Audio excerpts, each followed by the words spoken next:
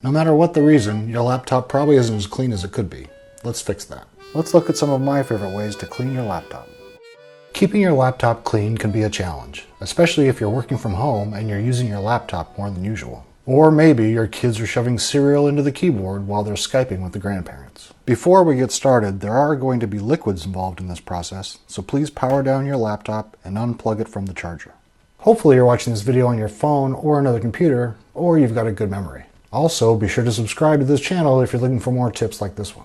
At this stage, you probably don't have a removable battery anymore, but if you do, go ahead and take it out for now, just to be safe. Alright, first things first, let's clean the outside of the laptop. Mix a couple of drops of dishwashing liquid in a couple of cups of warm water. Some people swear by a particular brand of blue dish soap, but any will do. I like this green one because it smells like apples. Dip a lint-free cloth into your soapy water. Give it a good squeeze. Wring it all out.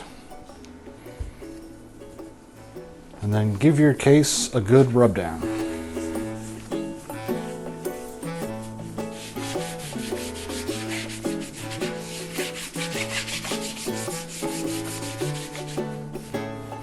Rinse out the cloth with clean water and wipe it down again.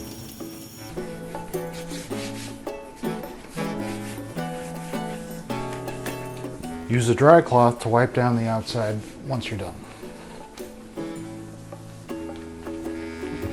You could also use this mixture on your laptop screen, but be careful. Try using a dry cloth first, especially a microfiber cloth. I have some from my eye doctor, but sometimes they come included with TVs or computers when you buy them. If that doesn't get all the gunk off, try your dish soap mixture again, but really try to wring out as much water as you can. And don't rub too hard.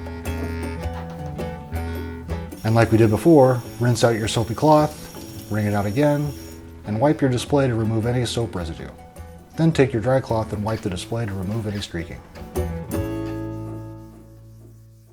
Now let's take a look at the keyboard, potentially the grossest part of the whole machine. The goal here is to avoid getting any liquid under the keys, or any more than already has. To start, give it a good shake over a trash can to get all the big pieces out. At this point, a lot of people would tell you to get a can of compressed air and give the keyboard a good blow. You could do that, but I prefer using something like this.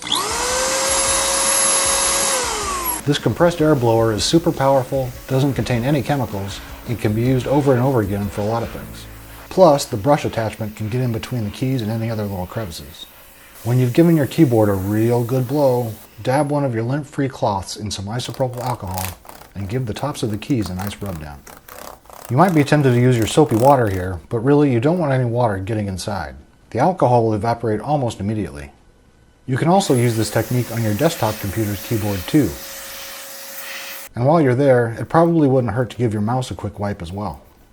Alright, let's go hunting for dust bunnies or any other debris hiding in your laptop's vents and ports. Grab your favorite air blowing device and point it right at the orifice of choice. Get the vents, the USB ports, and all the little nooks and crannies. If any of those little buggers refuse to come out, you can try to remove the laptop case, but consult the user manual before you do. And there you go. Hopefully your laptop's a lot less disgusting than it was before. Feel free to plug it in, turn it on, and resume watching Netflix while you're supposed to be working. Do you have any of your own tips for cleaning your laptop or other devices? If so, leave them in the comments below. See you next time.